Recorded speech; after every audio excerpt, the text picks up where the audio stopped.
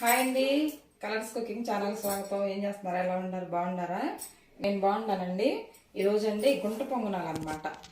మనం దోశ పిండితోటి చేసుకోవచ్చు. టైం 3 గంటలప్పుడు అట్లా చేసుకొని ఈవినింగ్ స్నాక్స్ కింద తినొచ్చు. చాలా బాగుంటాయండి. చేసి చూపించుతాను ఎలా చేయాలో. రండి, ఏమేం కావాలో. గుంట పొంగనాలకండి దోశ పిండి, దోశల పిండి మనం గట్టిగా రుబ్బుకుంటాం కదా, ఇది ఇలాగుంటుంది. కొలత చెప్పమంటే చెప్తాను. 1 గ్లాసు మినపగుళ్ళకి 3 గ్లాసులు బియ్యం అన్నమాట. రేషన్ బియ్యం వేసుకుంటే చాలా బాగుంటాయి. ఇట్లా రుబ్బుకోవాలి. పలసగా కూడా వేసుకుంటే కూడా రావు అవి, సరేనా? తర్వాత ఈ సైజు ఉల్లిపాయ ఒకటి తీసుకున్నా, సన్నగా మీకు ఎంత వీలైతే అంత సన్నగా కట్ చేసుకోండి. ఒక ఉల్లిపాయ, ఒక 2 పచ్చిమిరపకాయలు, కొంచెం కరివేపాకు, కొత్తిమీర కూడా వేసుకోవచ్చండి. తర్వాత పచ్చిశనగపప్పు, నానబెట్టిన పచ్చిశనగపప్పు, జీలకర్ర కొంచెం, ఒక చిటికెడు పసుపు, ఉప్పు, సాల్ట్ అన్నమాట, తినే సోడా వేసి ఇది కలుపుకుందాం. తినే సోడా చూసి వాడుకోండి, పొంగటం కోసమేనమాట. తర్వాత సాల్ట్, నేను మిక్సీ ఈ పిండి రుబ్బేటప్పుడు సాల్ట్ వేయలేదు. కొంచెం పసుపు, జీలకర్ర, పచ్చిశనగపప్పు నానబెట్టి పెట్టుకున్నాను,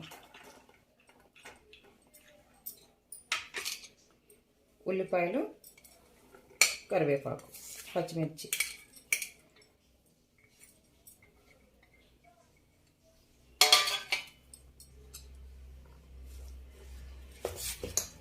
కలుపుకోవాలండి బాగా.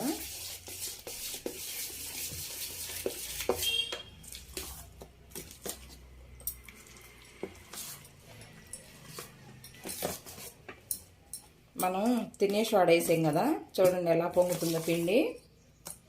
ఇలాగే పొంగాలి. మనకి వేసినా కూడా గుంట పొంగనాలు చక్కగా బాగా పొంగుతాయి అన్నమాట.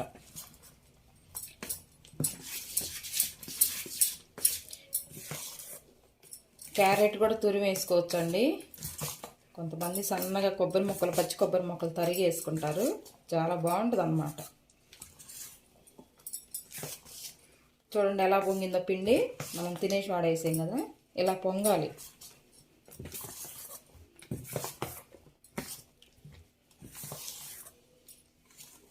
ఇప్పుడు సాల్ట్ చూసుకొని ఒక 2 నిమిషాలు పక్కన పెడితేనండి చక్కగా నానిద్ది పిండి.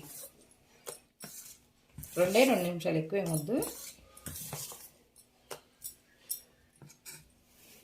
తర్వాత ఇలాంటి పెనం అన్నమాట, నాన్ స్టిక్ ఉంటుంది. ఇది నాన్ స్టిక్ దేను, ఇనుముది కూడా ఉంటుంది. శుభ్రంగా కడిగి, ఇది గుంట పొంగనాలు పెనం అండి.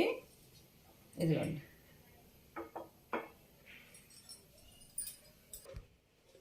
ఇట్లా గిన్నె వేడయ్యాక చక్కగా తినేవాళ్ళు ఉంటే ఎక్కువ ఆయిల్ వేసుకోవచ్చు, లేకుంటే ఇలా రాసినా సరిపోద్ది అన్నమాట.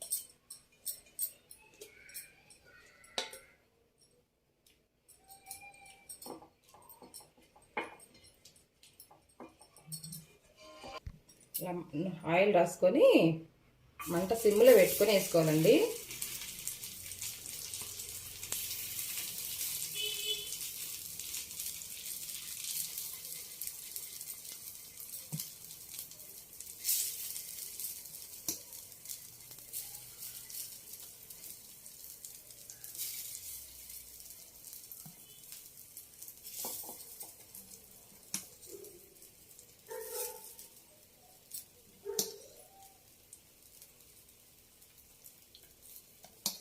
మనం పెనం అంతా రాసుకోవాలన్నమాట ఆయిల్, ఎందుకంటే సైడ్కి పడ్డా కూడా అంటుకోకుండా ఉంటుంది పిండి.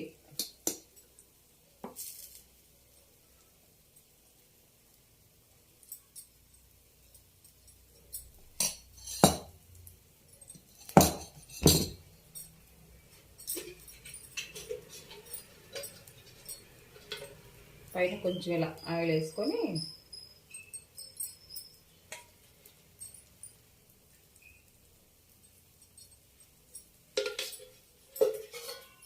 సిమ్లో పెట్టుకుని ఇలా మూత పెట్టుకుంటే లోపల పిండి కూడా బాగా మగ్గిద్ది అనమాట, చక్కగా మగ్గిద్దండి. ఇలా మూత పెట్టుకొని ఒక 2 నిమిషాలు ఉంచుదాం, సరేనా? చూద్దామండి. చక్కగా ఇలా చాక పెట్టైనా తిప్పుకోవచ్చు అనమాట.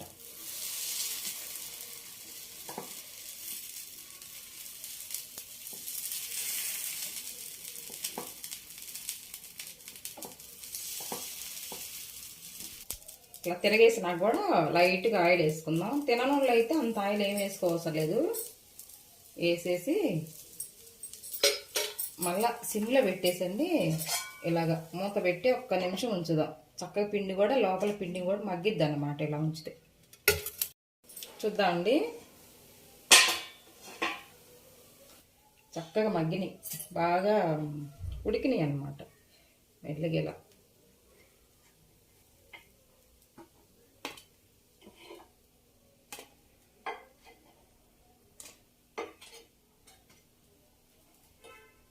చూడండి ఎలా ఉన్నాయో.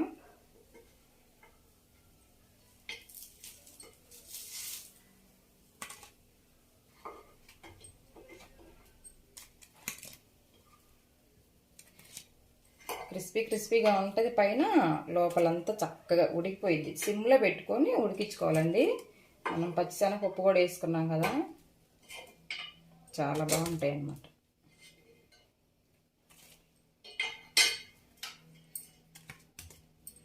అండి ఎంత బాగున్నాయో, చక్కగా బాగా ఉడికినాయి అన్నమాట లోపల. ఇట్లా తీసి చూస్తే మనం చక్కగా ఉడుకుతాయి. చూడండి ఎట్లా పొగలు వస్తున్నాయో. పచ్చిశనగపప్పు కూడా ఉడకదు అనుకోవద్ది, మెత్తగా మగ్గిపోయిద్ది అన్నమాట. ఇదిగో అదిగో చక్కగా ఉడుకుతాయండి. బాగా ఉల్లిపాయలు అవన్నీ చక్కగా ఉడుకుతాయి, లోపల పిండి కూడా బాగా ఉడికింది. అదిగో చూడండి అలాగనమాట. ఉడికినాయండి చక్కగా. దీంట్లోకి కొబ్బరి పచ్చడి కానీ, అల్లం పచ్చడి కానీ, పప్పుల పొడి కానీ ఏదైనా పెట్టుకొని తింటే చాలా బాగుంటుంది. చూడండి గుంట పొంగనాలు ఎలా ఉన్నాయో, బాగున్నాయి కదా, చాలా బాగుంటాయండి. ఇవి తినేసి ఒక కప్పు టీ పెట్టుకొని తాగితే మనకి 3 గంటలు 4 గంటలకు అట్లా తింటాం కదా, స్నాక్స్ లాగా చాలా బాగుంటుంది. ఓకేనండి. ఈ రెసిపీ కనుక మీకు నచ్చినట్లయితే మీరు కూడా చేసుకొని తిని చూడండి, ఇంట్లో చాలా బాగుంటాయి అన్నమాట. సరేనండి. పిండి మిగిలిద్ది కదా మనకి, దోశల పిండి వేసుకొని చక్కగా సాయంకాలం టప్పుడు వేసుకొని తినొచ్చు చేసుకొని. ఓకేనండి. ఈ రెసిపీ కనుక మీకు నచ్చినట్లయితే లైక్ చేయండి అబ్బా, లైక్ చేయండి. ఈ రెసిపీ మీకు నచ్చినట్లయితే లైక్ చేయండి, షేర్ చేయండి, సబ్స్క్రైబ్ చేయండి ఫ్రెండ్స్. ఓకేనా? ఉంటాను. బాయ్.